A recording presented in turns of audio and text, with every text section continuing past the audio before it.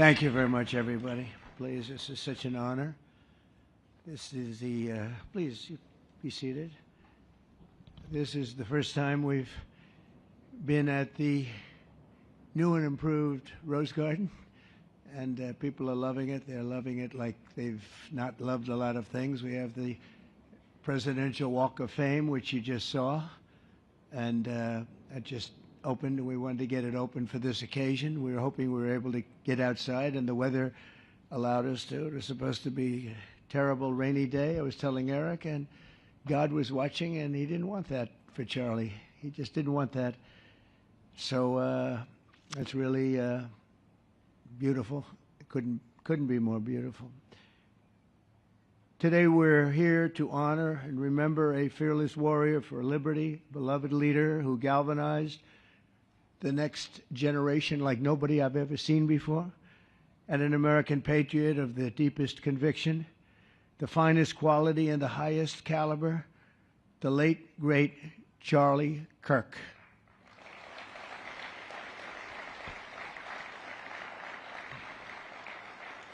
Five weeks ago, our nation was robbed of this extraordinary champion. He was a champion in every way. I got to know him so well. He didn't like losing, and he was able to fight people that were enemies, and he didn't necessarily love those enemies so much. You know, I heard he loved his enemies, and I said, wait a minute, is that the same Charlie that I know? I'm not sure, but I didn't want to get into it. But it was a horrible, heinous, demonic act of murder. He was assassinated in the prime of his life for boldly speaking the truth, for living his faith and relentlessly fighting for a better and stronger America. He loved this country. And that's why this afternoon it's my privilege to posthumously award Charles James Kirk our nation's highest civilian honor, the Presidential Medal of Freedom. Thank you.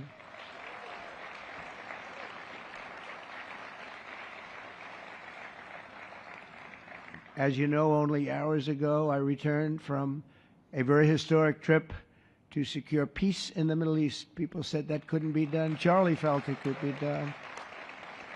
Charlie felt it could be done. Thank you. Thank you. Thank you very much. But I raced back halfway around the globe. I was going to call Erika and say, Erika, could you maybe move it to Friday? And I didn't have the courage to call. But you know why I didn't call? Because I heard today was Charlie's birthday. And I said, you know, that was a definite. And I said, we're going to have to forget about some of those very big, very rich countries that expected me to be there. And I can tell you, based on the length of that flight, I wouldn't want to go back tomorrow. But I would not have missed this moment for anything in the world. Nothing. And it's a very important time for our country, and our country is doing so well. It's never done better. We are a country with almost now $18 trillion of investment coming in. Nobody's ever seen anything like that. Previous administration had less than $1 trillion for 4 years. We have more than 18, it'll be much more than 20 by the time the year, more than $20 trillion. There's never been a country in the world that had anything like that.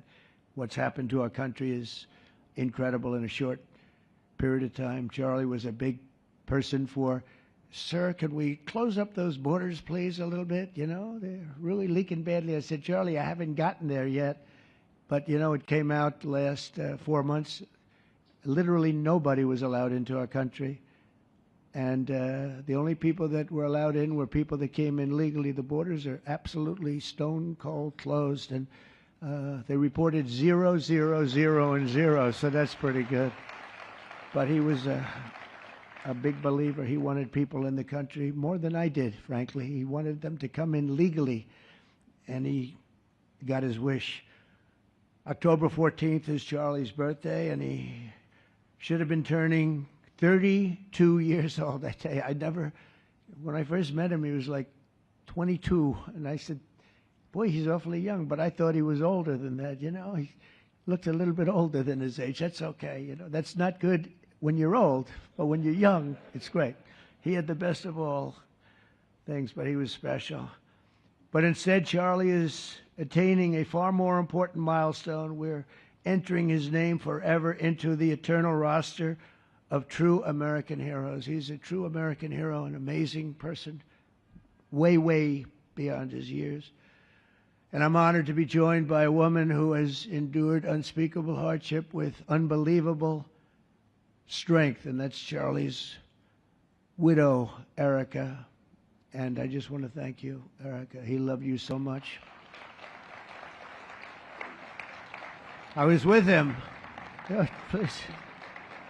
Thank you, darling. Thank you. I was with him before I met Erika, and he told me he was going to get married. He said, "You won't believe how beautiful she is." I said, "Well, then now that I meet her, he's right." But then he also said, "And you know what? She's like the smartest person I know." See, they do go together on occasion. Not often. Not often.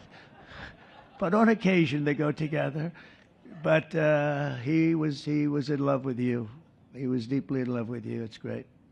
Erika, your love and courage have been an inspiration to all of us, and we will always be here for you, and we're always going to be here for your gorgeous, beautiful children. And we'll never forget what your family has sacrificed for our country. Man loved our country. When things were going badly for our country, he was so, as you know, angry. He would get angry because he said it doesn't have to be that way. We're also pleased to be joined by an incredible group of Charlie's friends, very powerful friends, actually, and some not so powerful, and they're actually better people, okay? I know them all. They're the less powerful ones. I have to tell you that, all of you power guys down here. The best ones in the group are the ones that are less successful, but that happens too. No, they're all great, and they're here. And let's start with Erika's father. Where is Erika's father? Where are you? Where are you, Dad? Oh, look at him. Wow. I want to get a hat like that, too. I like that. How are you? Nice to see you again. Thanks as well to Vice President J.D. Vance, who's been fantastic. J.D., thank you very much. Great. Doing a great job. Did a great job on Sunday with George Slopadopoulos. Put him away pretty good. Second lady, who's a phenomenal woman, Usha Vance. Thank you very much, Usha.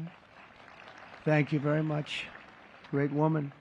President of Argentina. He wanted to be here. That's Argentina's a serious flight, right? And he's become a superstar, and he's doing amazing things. He's a MAGA person, but it's make Argentina great again. That's what he does, right? And I want you to stand, please, Javier Milei. Doing a great job.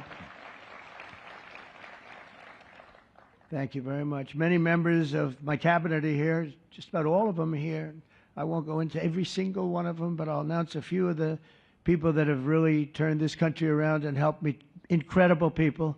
Speaker of the House, Mike Johnson. Where is Mike? Mike, what a job you're doing, Mike. What a job you're doing. And I watched you this morning, and you're in there trying to say, look, just let the country open. Everything will be fine. We're dealing with some radical left lunatics. And I would just wish Charlie was here to fight us. I think the fight would have been over already. He would have had a march on the Capitol by people whose average age is about 21, because there's nobody that had that relationship with young people. Right, Mike? So thank you, Mike, for being here. House Majority Leader Steve Scalise. Steve, thank you very much. A brave guy and a friend. House Majority Whip, another terrific man, Tom Emmer. Tom. Thank you, Tom. Senate Majority Whip, John Barrasso. John, thank you very much. You have all these senators. I'm going to get in trouble. I'm not going to read all their names. I'll be reading all day. We'll be talking about Charlie in about 45 minutes from now. We can't do that. So all of the senators, there's so many of you. Thank you very much. I do want to thank Senator Thune for doing a terrific job. He's really been leading properly. Do you agree, Mike? The team, the two of these guys have been fantastic. So to Senator Thune, I want to thank you very much. Incredible job. I watched him this morning, and he was out there pounding them this morning on television, too. And John Barrasso, thank you for the work you've done, and congratulations on your success. But I want to thank you all and all of the Congress people that are here. And I see we have our Attorney General here, and you are doing a fantastic job. Thank you very much, Pam. Thank you. Thank you very much. We have everybody. Wow, that's incredible. Okay, I'm not going to do any more. I'm going to be here too long. But I just want to thank you. Have given him such support, but he always gave you such support. That's why you're here. And very unusual. Charles James Kirk was a visionary and one of the greatest figures of his generation. He was truly an amazing figure and growing leaps and bounds. He knew that the fight to preserve our heritage is waged not only on the battlefield and in the halls of power, of which we have tremendous power here, including the head of a place called war. We call it now war. We had defense. We had our Secretary of Defense. Now we have a Secretary of War. And somehow I think it's more emblematic, and hopefully we'll never have to use war. But the fact that we're ready is very good. Peace through strength is very important. But also in the hearts of our nation's youth, that's where Charlie rode strongest. At age 18, that insight inspired Charlie to found the organization that ultimately touched the lives of millions and millions of people, and so many young people that nobody's ever seen anything like it, frankly. Turning Point USA. It's amazing. And it's actually bigger now. It's become bigger in the last few weeks than Charlie ever thought. I think his end vision in many years from now would have been just a fraction of what it turned out to be in a couple of weeks, right? It's amazing. With hard work and joyful spirit and endless enthusiasm and determination. And he did have great enthusiasm. You know, I always say you need enthusiasm to be successful. He had great enthusiasm. Charlie grew Turning Point into the largest conservative youth organization in the entire country. He forged a personal bond with countless young conservatives. He fought for free speech, religious liberty, strong borders, and a very strong and proud America. In everything he did, he put America first. He really put America first. And ultimately, Charlie became more than a leader of an important organization. He became the leader of historic movements all over the country. There were movements, individual movements, one movement, but it was historic. Everything he did was historic, and a true evangelist for the cause of freedom and the word of Almighty God. God was very important to Charlie. He would say, you know, if you don't have religion, you're not going to have a strong country. It's true. He was so wise beyond his years. You know, I talk to him sometimes and say, this guy is like a young guy. He was really a wise man. From the time Charlie worked on my presidential campaign in 2016, and he was there right from the beginning. He liked me. I don't know. I have no idea why. What the hell was he thinking? He said, you're going to win, sir. I said, you know, I'm running against 17 senators and a lot of tough people and governors. We have all these people. And he said, no, you're going to win, sir. He said, not going to be close. And he made it happen. He helped make it happen. I'll tell you that.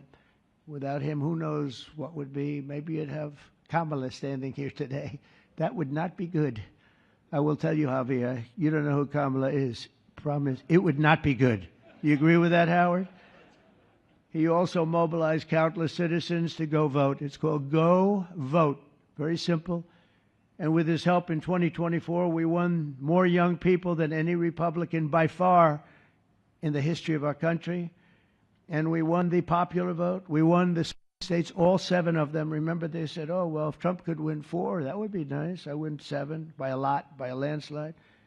But the popular vote was massive. And we won the Electoral College. Remember, they said, well, it's going to be very hard. I'd say 270. Well, we got 312 to 226. And then we won something called districts and councils and different things. But in one case, we won 2,750 to 525. That's the one where you see the map is almost entirely red, except they have a little blue line on one side and a little blue line, meaning New York, and a little bit Los Angeles. I have a feeling that if the vote were 100%, we would have won that too. You want to know the truth. But he knew, and he knew very well, and he also understood honesty, and he was always concerned with honesty. He said the only way we can lose is if the cheating gets so bad, and that's where we came up with a little phrase, too big to rig. We said, go out and vote. Just go out and vote. And we had that. Remember, we used to say that all the time because people would say, oh, they're going to win. We don't have to vote. Let's go to a movie. We'll come home and watch later. And he wasn't about that. So we come up to, with really together, we came up with that phrase. We got to make it too big. I never made a speech where I didn't say at the end, now look, the polls are showing good. Don't believe the polls. He said, we're going to make it, Susie, right? Too big to rig. So if you think we're going to win by a lot, doesn't matter. Pretend we're losing. You got to go out and vote. They voted. And at 9:02, the whole thing was over, right? 9:02. Remember they said, oh, this could go a few days. Well, it went a few minutes. 9:02. And he knew that. And I felt it, but he knew it. He knew it. I think he knew it more than anybody. But Charlie never missed an opportunity to remind us of the Judeo-Christian principles of our nation's founding or to share his deep Christian faith. In his final moments, Charlie testified to the greatness of America and to the glory of our Savior, with whom he now rests in heaven. And he is going to make heaven. I said, I'm not sure I can make it, but he's going to make it. He's there. He's looking down on us right now. It's so incredible. Look at this. How this turned out. This was supposed to be so dark and cloudy. Not dark and cloudy, is it? Look at that, how beautiful that is. There's no artist that can capture it as beautiful as it is today. Wow. It's amazing. As I said, on the day that he was assassinated, Charlie Kirk was a martyr for truth and for freedom. And from Socrates to think, and to St. Peter, from Abraham Lincoln to Martin Luther King, those who change history the most, and he really did, have always risked their lives for causes they were put on earth to defend. He was put on earth to do exactly what he was doing. He didn't want to waste time. He would have been a top student at any college in the country. I know the college as well. He's smarter than the guys there. He was so smart. But he almost, I guess, didn't have the time. He knew what he wanted to do. It wasn't like, gee, I want to sit in the classroom for 4 years listening to people teach me liberal principles, because they were never going to teach him that anyway. But he didn't have the time. He really didn't have the time. But every time the enemies of goodness and virtue tried to silence the voice of righteous and noble leaders like Charlie, they failed. They seem to fail. Ultimately, they look like they're doing well, and then they end up failing, because the truth has been unrelenting over the years, over history. And people like Charlie, it's just they've got a power that others don't have, and very few people will ever have. So today, like those martyrs before him, Charlie's voice, his message, and his legacy are stronger and greater than ever before. They are greater than ever before. Look, this is a horrible event, but it brought out the greatness of Charlie. Nothing could have ever supplanted this. It's incredible, the way people are talking about him. And with great love. I mean, I read so many stories about some of the enemies, but I watch the enemies, and it's hard for them to speak badly about him because they just don't. And then you do have people in the days since Charlie's killing. We've seen exactly why our country so dearly needed his example. We've watched legions of far-left radicals resort to desperate acts of violence and terror because they know that their ideas and arguments are persuading no one. They know that they're failing. They have the devil's ideology, and they're failing, and they know it. They feel it, and they become violent. They seem to become very violent on the left. They've rammed vehicles into federal law enforcement, fired sniper rifles at ICE agents, and me, you know. But I made a turn at a good time. I made a turn at a good time. I turned to the right. Charlie couldn't believe it, actually. He said, how the hell did you make that turn? I said, I don't know. But fired rifles and threaten the lives of our Supreme Court justices, our great justices. They have to be protected. We just issued a lot of money, $60 million, to protect the Supreme Court justices. Very important. We can't let anything happen. In places of worship, we're protecting our people. We've seen that a candidate for Attorney General in Virginia boasted that he would want to see the Republican legislature, a legislator in Virginia, shot in the head and to see his children murdered. He actually said this. And now he continues to run for office, and most people continue to back him, but he said he wants his man shot. He said shot in the head and to see his children murdered. And they keep running. Pretty amazing, right? That's a bad one. Let's see how that turns out, but that's a really bad one. Nobody's heard that one before. Especially in the wake of Charlie's assassination, our country must have absolutely no tolerance for this radical left violence, extremism, and terror. We're done with the angry mobs, and we're not going to let our cities be unsafe. We're going to make sure our cities are safe. When you have Chicago, where they had 4,000 people murdered over a very short period of time, 4,000 people, and then we have a governor stand up and say, oh, things are going swimmingly. No, they're not. We're going to make Chicago safe, just like we're going to make, look what we did in D.C. It's so nice that we started here, because this was one of the most violent places in the United States. It'd be dangerous to be right out here. But you couldn't go to a restaurant. The restaurants were all dying. The whole place was dying. You'd have these gorgeous, look at the Washington Monument over there. You'd have these gorgeous buildings and monuments and structures. And people were afraid to leave their apartment. They were afraid to go to work. They'd get into an Uber, and they'd feel safe, and then the Uber would be attacked. They thought they made it to safety, and then the Uber was attacked on the trip in. But we've done a great job, and now it's considered a totally safe city. We haven't had problems. It took us 12 days to make it great. We took out, Pam, 1,700 hard criminals, career criminals in many cases, but these are hardened criminals. Many of them came in through the Biden open borders. We brought them back to the countries. And a couple were so violent that we put them in jail. We don't want to take a chance that they could get back in, because no matter how good we do, somebody can sneak in. They were so violent and so bad. One arrested 28 times. Every time he left prison, he'd get into a violent incident. 28 times. And we put him away for a long time. But we're done with the angry mobs. We're done with it. This is such an unbelievable place right now. You take a look where you can walk down the middle of the street with your wife or your husband. Your children can walk. They can walk alone. It doesn't matter. They can walk anywhere in Washington, and they're safe now. If this were a year ago, they'd have a serious chance of being badly hurt, even killed. They'd come in from Indiana, they'd come in from Iowa, they'd come from Florida to see the nation's capital, and somebody would have to call the parents, I'm sorry, but your son or your daughter's been killed. Not anymore. You hear those sirens going off? That's good. That's a good sound. That means they either got the bad guy or they're going to stop the bad guy. You didn't hear that sound because nobody wanted to do anything. Nobody. Listen to the beauty of that sound. Seriously. And that's the real deal sirens. They're not politically correct sirens. You hear them, they're about 3 miles away. That's great. What a beautiful sound. They're stopping crime. That's what they're doing. So we're done with the voices of fools. They're fools. And death threats, and we're going to make our cities safe. And I thought it was Charlie's, one of his biggest dreams was that. He couldn't believe it. Chicago's going to be a great city again.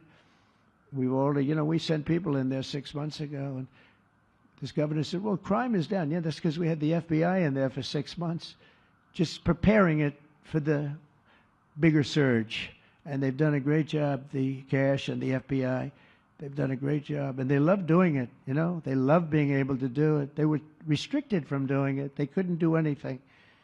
And now they're totally unrestricted. All they have to do is stop crime, and they're doing it. By the way, Memphis, as you know, you heard they went in about a week ago, one of the most dangerous places in the country. It's really in the world. It's not just the country. They have very few cities that would compare to some of these cities. You go to Afghanistan, you say, oh, that's unsafe. Well, the crime numbers are much better than the crime numbers in places that we have. So Memphis, I understand, is doing unbelievably in 1 week. It's like a different place. And this took 12 days, and then after that, we just perfected it. But after 12 days, we had good safety here. After 1 month, it's like, it's really amazing. And by the way, restaurants are booming. Restaurants are opening up. The big problem we have, you can't get into a restaurant in D.C. anymore. So they're opening up. It's a beautiful thing to see. It's called safety. It's called law enforcement and letting them do their job. And that's why I said last month that I have directed the Attorney General and the Department of Homeland Security to confront the very real threat of left-wing terrorism in our country. It's a real threat. Not when you confront it, it's not, because they're not brave people. In fact, they're cowards. When you confront them, they immediately fold. You have to see them fold. You have to see them crying. They fold. But it includes dismantling the networks that fund them and finance them, and we're finding out who those networks are. We already know quite a few of them. When you see these violent incidents and then you see people holding this gorgeous sign with beautiful wood, beautiful cardboard, wood, everything's perfect paint job, and they're all the same. There are thousands of them. You know that they weren't made in the basement out of love. They were made by anarchists, and in some cases wealthy. I'll probably find some of my nice friends that are up there being so nice to me, especially lately. They're being very nice. But it surprises you who they may be, and you almost wonder why would they do it? But they're hurting our country, and we're really taking it back one by one. If we didn't go into Los Angeles early on in the administration, the commissioner, the chief of police, Los Angeles, said if they didn't go in, we would have lost our city. Now, they already lost 25,000 houses to fire because they wouldn't let the water come in from the Pacific Northwest, which they should have done. I said, you better do it. They didn't do it, and we had 25,000 homes where they had no water in their sprinklers, they had no water in the fire hydrants. It would have been a different kind of a thing if they did what they were supposed to do. We had to break in. We broke in and had the water come down. They said for the environment, great, they lost 25,000 houses. It's incredible. But the commissioner said without the federal government and President Trump's intervention, we would have lost the entire city. And we have the Olympics going there soon. I got the Olympics. We have the Olympics. We have the World Cup. And we have, most importantly, we have the 250th anniversary of our country. That's going to be most important.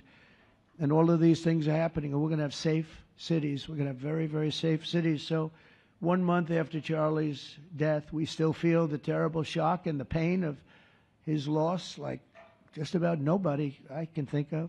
Charlie Kirk was one of a kind. He was unstoppable.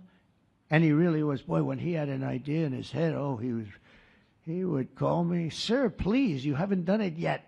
I said, Charlie, relax. Just relax. He didn't relax. He'd call me the next day again. It got it done. But he was like indomitable and always will be. He's really irreplaceable. Nobody going to replace him. But they're going to do great. But you can't replace that kind of person and that kind of talent, frankly. The word talent is an important word, but that kind of talent. So we hold his memory in our hearts forever. Every single day of this administration, we will continue to carry out the mission for which he lived, and he really did. He lived for this country. He lived for his wife and his family, but he lived for this country too. In Charlie's honor, we will continue like we have been to fight, and to win. We're going to win so much.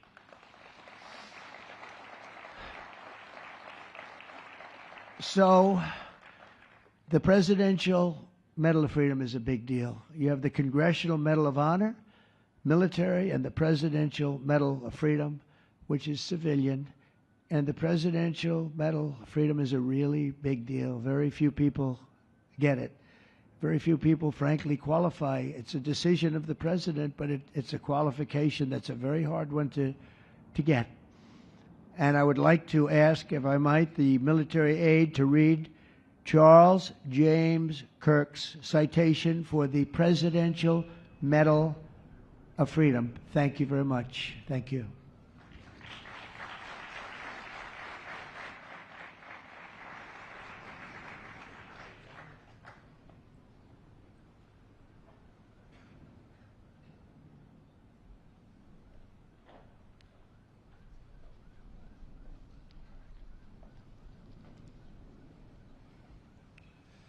The Presidential Medal of Freedom is awarded to Charles James Kirk. Accepting on behalf of Charlie is his wife, Mrs. Erika Kirk. Charlie Kirk was one of the most influential American political figures of his generation. At just 18 years old, he founded Turning Point USA and grew it into the largest conservative youth organization in the nation. For over a decade, he tirelessly traveled the country leading a movement to restore respect for our founding principles, reawaken our national identity, and inspire a renewed spirit of religious devotion. He was one of the great debaters and communicators of his time.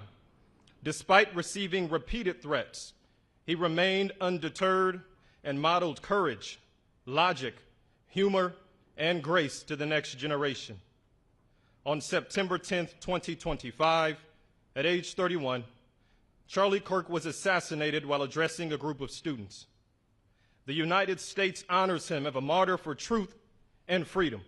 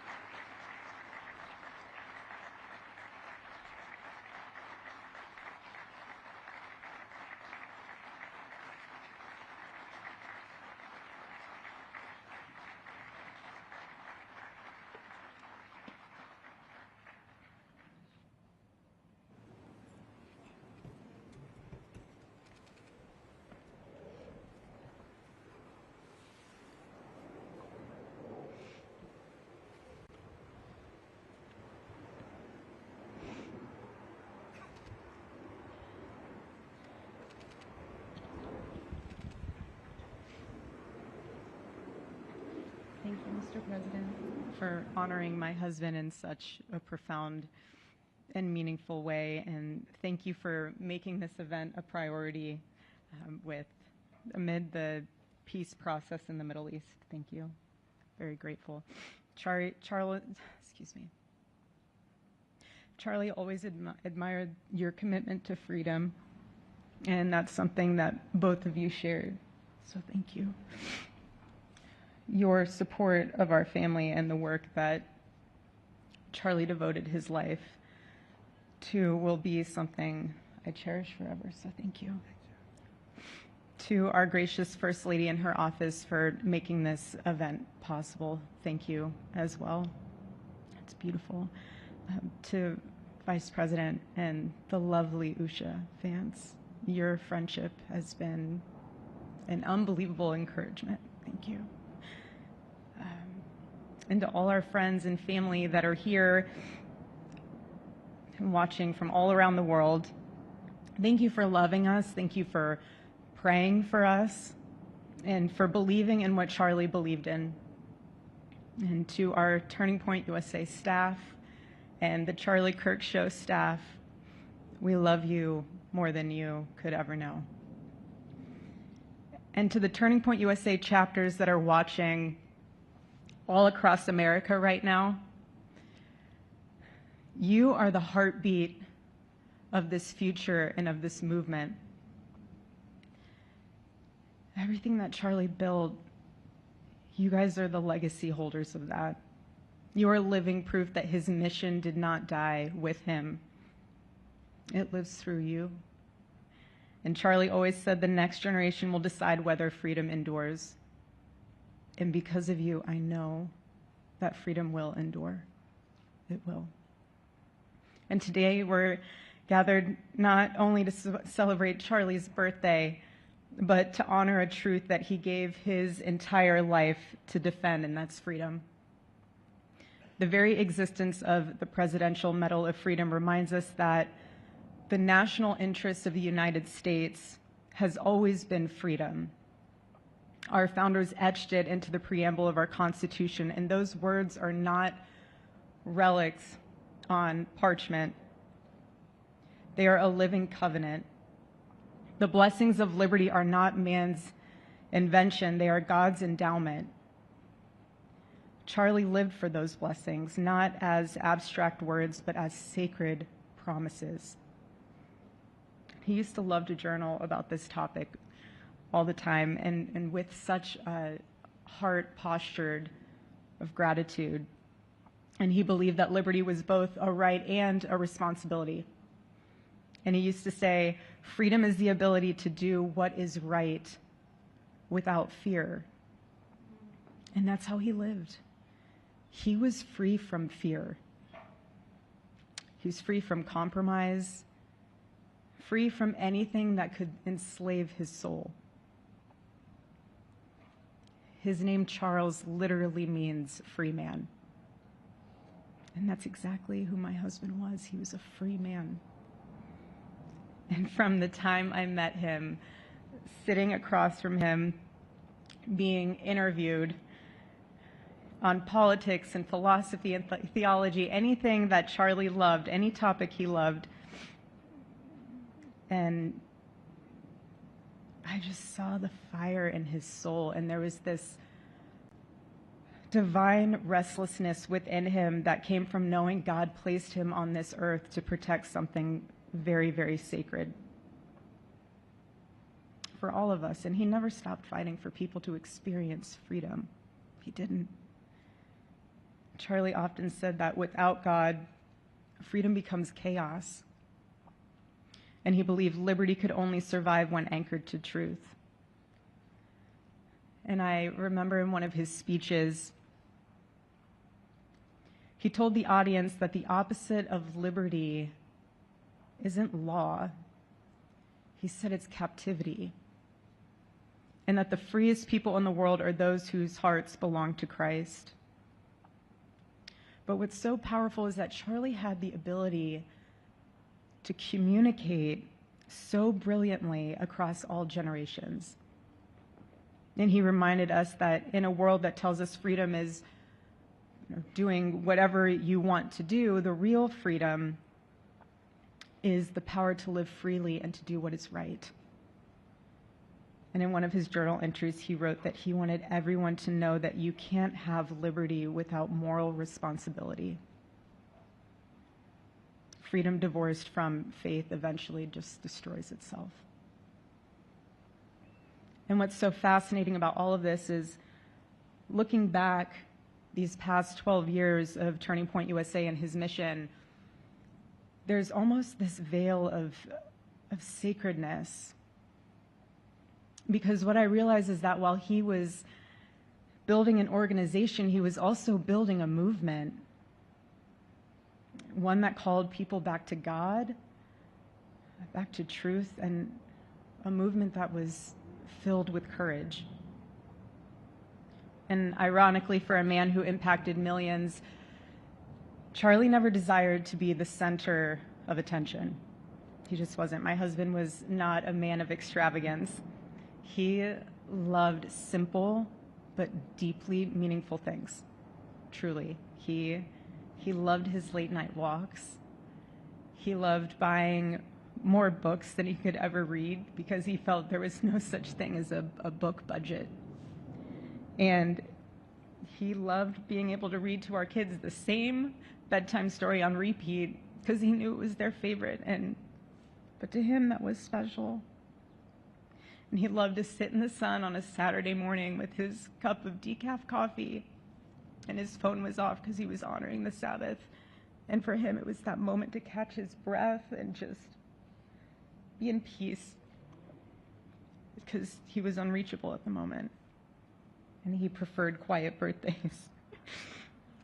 But that never stopped me from telling him. I told him every single year, I said, baby, I love your birthday. I said, because it's the day that God knew the world couldn't go another day without you.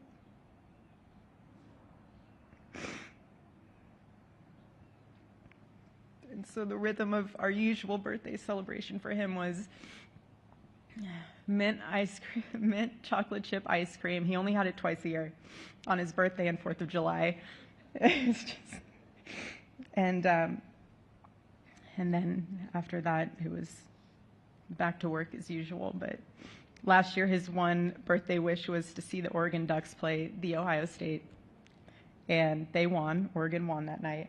And it was by far one of the most memorable nights of his birthday experience of his life until today. And so, honestly, President Trump, I have spent 7.5 years trying to find the perfect birthday gift for Charlie. And it's so difficult. And those of you that have spouses or loved ones, you know how difficult it is sometimes to buy a gift for someone that you love, because he wasn't a materialistic man, so that also did not help. But now I can say with confidence, Mr. President, that you have given him the best birthday gift he could ever have.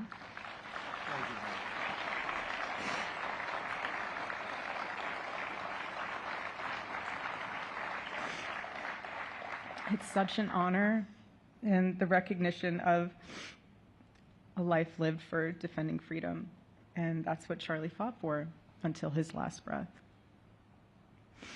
And it was written across his chest in those final moments on one of his simple t-shirts that always carried a message, and this one bearing a single word, freedom. That was the banner over his life, and that shirt was a declaration. The same declaration he made in every speech, every campus visit, every time he shared the gospel at a church, every sleepless night that he would spend praying for the youth of this nation and planning for the future of our country, and just impressing upon them that when we defend liberty, we defend the soul of our nation. My husband never told anyone what to say. He never did. He never told anyone what to say. He would just encourage them to think. He would encourage them to think outside of the traditional political labels.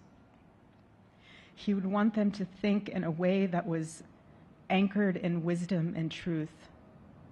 But he would never tell anyone what to say. Charlie wasn't content to simply admire freedom. He wanted to multiply it. He wanted to multiply freedom. He wanted young people to taste it and to understand it and defend it. He wanted them to see that liberty isn't self-indulgence, it's self-governance under God. He wanted them to see that. And every day I'd see him getting ready for work. He'd put on his cross necklace, he'd put his ring on his finger. And the boldness in his demeanor was always fearlessness. He wasn't afraid. He was never afraid. In his daily actions, whether in office or on campus or at a church, it was always without fear. That was his creed. That is how he lived out every single day. He didn't fear being slandered. He did not. He didn't fear losing friends, I can tell you that. He didn't. He didn't care. He stood for truth and stood for freedom, and he did not, everything else was just a noise to him. And it's because his confidence in Christ was absolute. That's why. There was no limit to what he would have sacrificed to defend freedom for all. And if the moment had come, he probably would have run for president, but not out of ambition. He would only have done it if that was something that he believed that his country needed from a servant's heart standpoint. And Charlie lived only 31 short years. Now he's 32, but on this side of heaven, but he lived. He lived every single second he lived. He filled every single day with purpose, and he fought for truth when it was unpopular. And he stood for God when it was costly, but that's what we're called to do. Surprisingly enough, he did pray for his enemies, which is very hard, but he did. He did. He did. No one else, I mean, I saw him do it. No, he never did it in front of anyone else, but I can attest to that. But he also loved people when it was inconvenient. And he ran his race with endurance, and he kept the faith. And now he wears the crown of a righteous martyr. And for me and for our children, the truth really steadies our grief, because heaven gained what earth could no longer contain. A free man made fully free. To all watching, this is not a ceremony. This is a commissioning. And my message is simple. I want you to be the embodiment of this medal. I do. I want you to free yourself from fear. I want you to stand courageously in the truth. Listen for the still, small voice of God.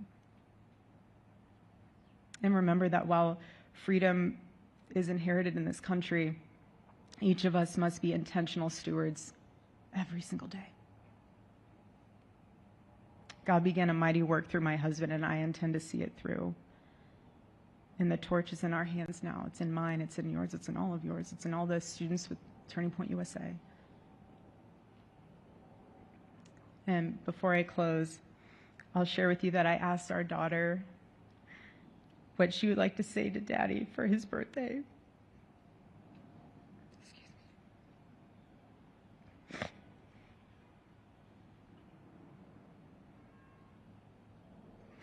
She said, "Happy birthday, Daddy. I want to give you a stuffed animal.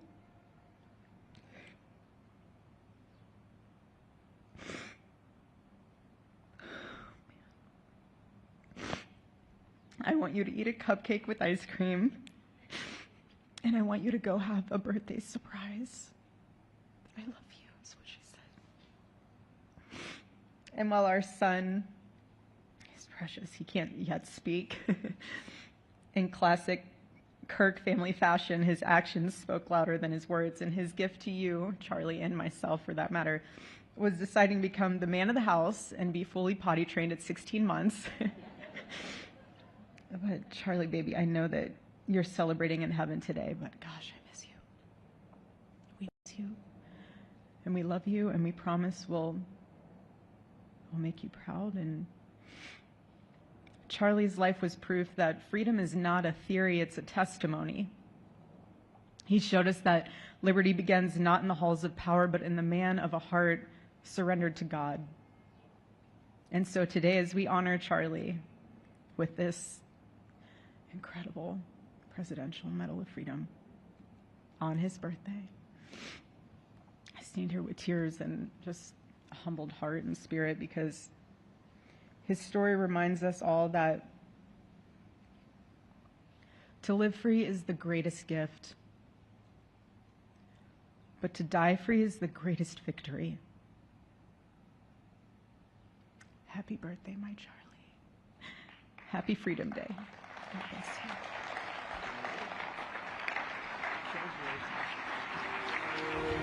you.